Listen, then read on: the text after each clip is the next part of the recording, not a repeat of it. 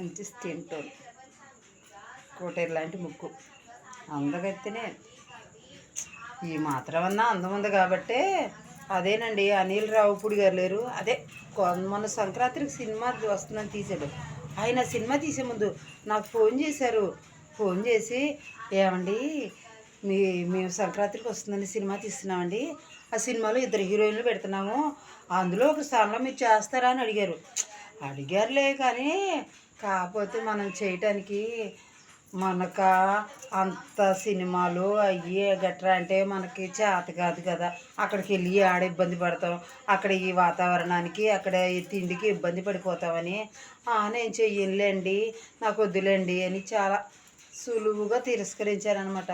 పాపం ఆయన ఏమనుకున్నాడో నాకైతే తెలీదు. అలా అన్నారని మనం అనుకోవాలి, ఎవరికి వాళ్ళు అలా అనుకొని బ్రతకాలి, అంతేగాని దాంట్లో తప్పేమీ లేదుగా. ఇందులో తప్పగా అనుకునేవాళ్ళండి.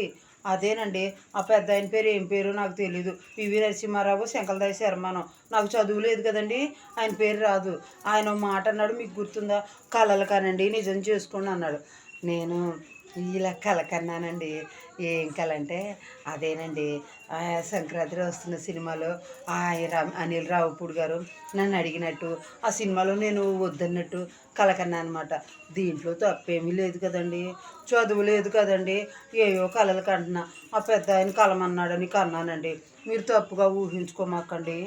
ఎందుకంటే కల వచ్చింది కన్నాను, అది మీకు చెప్పాలని వచ్చానండి, మీరు ఏమనుకోమాకండి. ఏంటంటే కళలు నిజం చేసుకోలేము కదా, ఇలా అన్నా మనం మీతో షేర్ చేసుకుందామని వచ్చాను. అయితే సరే ఉంటానండి, నాకు ఇంట్లో పని చాలా ఉంది. మా ఆయన వచ్చేసరికి పని చేయకపోతే మా అంతా కొందగడ్లా పెట్టుకుంటారు. సరేనండి, మీరు వీడియోలు చూస్తున్నారు కానీ సబ్స్క్రైబ్ చేయట్లేదండి. సబ్స్క్రైబ్ చేసి అదేదో బిల్లు ఉంటుందంట, ఆ బిల్లు అంట కొట్టండి, మా పాప చెప్పింది. సరే ఉంటానండి, వెళ్ళిపోతున్నాను, బాధపడి మాకండి, రోజు వస్తూనే ఉంటాను. సరేనండి, మా ఆయన వచ్చే టైం అయింది.